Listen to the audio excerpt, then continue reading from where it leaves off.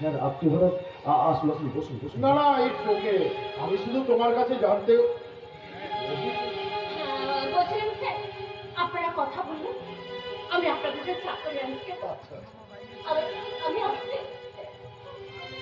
কি ব্যাপার স্যার, হঠাৎ করে এখানে চলে এলেন? না না তার আগে তুমি বলো তো, সেদিন তুমি আমাকে ফোন করে জানালে তুমি রঘুনাথপুর থেকে চলে আসছো, আমার সঙ্গে তোমার জরুরি কিছু কথা আছে।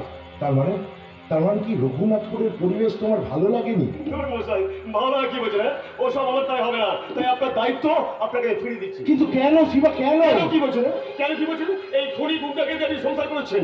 আচ্ছা আচ্ছা আচ্ছা বলুন তো, আপনি একজন কলকাতার নাম করা জজ সাহেব, তাহলে ওই রঘুনাথপুরের মুখার্জি পরিবারের জন্য আপনার এত দয়া মায়া কিসের? শুনবে? তাহলে শোনো, অরুণ যার ভূমিকায় তুমি রঘুনাথপুরে অভিনয় করতে, আচ্ছা আচ্ছা, আজ থেকে কিছুদিন আগে আমার বিচারে তার ফাঁসি হয়। আর ফাঁসির সময় তার শেষ ইচ্ছা ছিল যে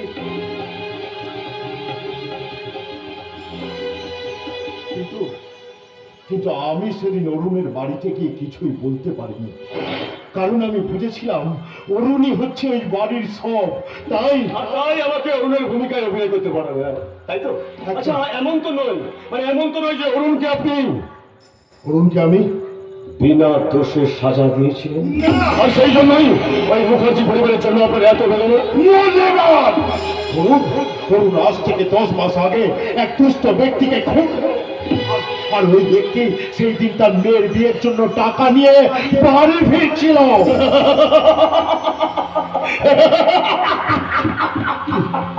কি হলো শিবা, তুমি এভাবে হাসছো কেন? কারণ সেদিনে সেই খুনটা করেছিল এই শিবা।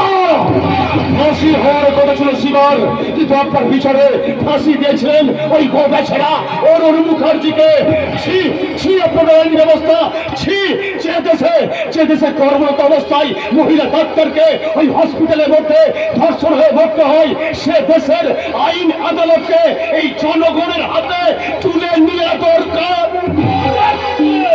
যে দেশে ওই পোস্টমর্টমের রিপোর্ট হয়ে যায় জানি, সে দেশের এই জনগণের মুখে সালা পড়বে চুনকালি। যে দেশে চলে সিন্ডিকেট রাজ, যে দেশে চলে সালা সিন্ডিকেট রাজ, সে দেশের নেতা মন্ত্রীদের মাথায় পড়ুক। আমি তোমাকে কিচ্ছু করতে পারবেন না, সারা আপনি আমার কিচ্ছু করতে পারবেন না, কারণ একটা খুনের অপরাধে দুবার দুটো মানুষকে সালা ফাঁসি দেওয়া যায় না। আমি তোমার কাছে হাত জোর করে অনুরোধ করছি শিবা, আমি তোমার কাছে হাত জোর করে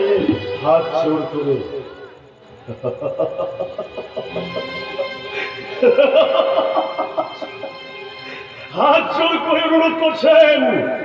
সেদিন সেই মহিলা ডাক্তারটাও হয়তো মহিলা ডাক্তারটাও হসপিটালের মধ্যে তাদের কলিগের কাছে হাত জোর করে বলেছিল আমি বাঁচতে চাই, কিন্তু বাঁচতে দেয়নি। ওই হসপিটালের মধ্যে কর্মরত অবস্থায় ওই মহিলা ডাক্তারটাকে ধর্ষণ করে মরতে হয়েছিল। ওই গায়ের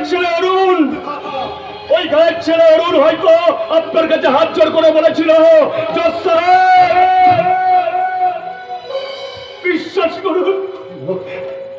বিশ্বাস করুন জজ সাহেব, আমি খুন করিনি জজ সাহেব, আমি খুন করিনি। কিন্তু আপনাদের বিচার সেই গোবেচারা অরুণ মুখার্জিকে গলায় দড়ি দিয়ে ওই সালা লটকে দিয়েছিলেন। আপনাদের আইন ব্যবস্থা। That's my fault, Shiva, my fault. I am I am the Oath Chief Justice of this world. Oath!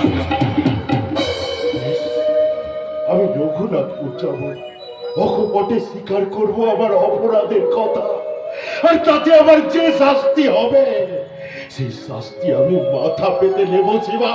আর সেই শাস্তি মাথা পেতে নিয়ে আমি মৃত্যুবরণ করব।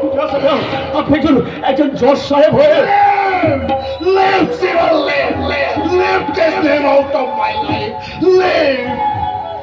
জজ সাহেব আমি নই, আমি সবার আগে একজন মানুষ, আর একজন মানুষের দায়িত্ব কর্তব্যের বোঝাকে দূরে সরিয়ে রেখে আমার পরিচয় ওই জজ সাহেব হতে পারে না।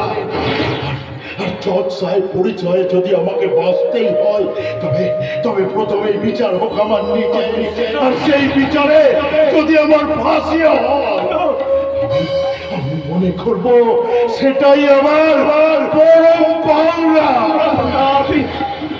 শিবা, আমি যে দেখেছি গোপনে হিংসা কপট রাত্রে ছায়ে হেলেছে নিঃসহায়, আমি যে দেখেছি প্রতিকারে হিংসকের অপরাধে বিচারের প্রাণী নীরবে নিভৃতে কাঁদে।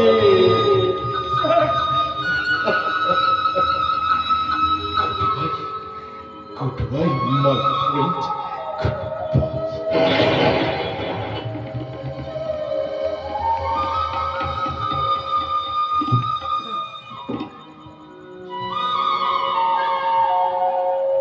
God bless you. কি সুন্দর আশীর্বাদ করে গেলেন। সত্যি তো কি বললেন স্যার? বললেন গুড বাই।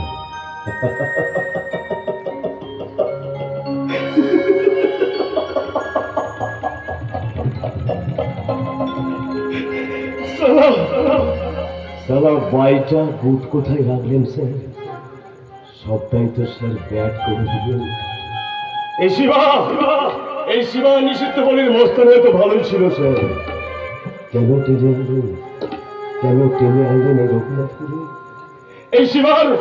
এই শিবার পাপী সত্তাটা গ্রাস করলো ওই রঘুনাথপুরের মুখার্জি পরিবারের 3টে সদস্য আর কলকাতার মোহিনী গান। শালা এই শিবা কি চেয়েছিল আর কি পেল? দোষ শালা। আমি শালা এসব কথা ভাবছি কেন? আমি তো শিবাবস্থান, আমি খুন করবো, বোধ খাবো, রাজধানী করবো, এটা তো কাজ। আমি সবাই দুনিয়ার কথা ভাববো কেন? এই দুনিয়া আমি কিচ্ছু জানি, এই দুনিয়ার কথা সালা আমি একদম ভাববো না। किसी की यार परवाह क्यों करूं, किसी से यार मैं क्या डरूं, इस दुनिया ने मुझको क्या दिया, मैं इसकी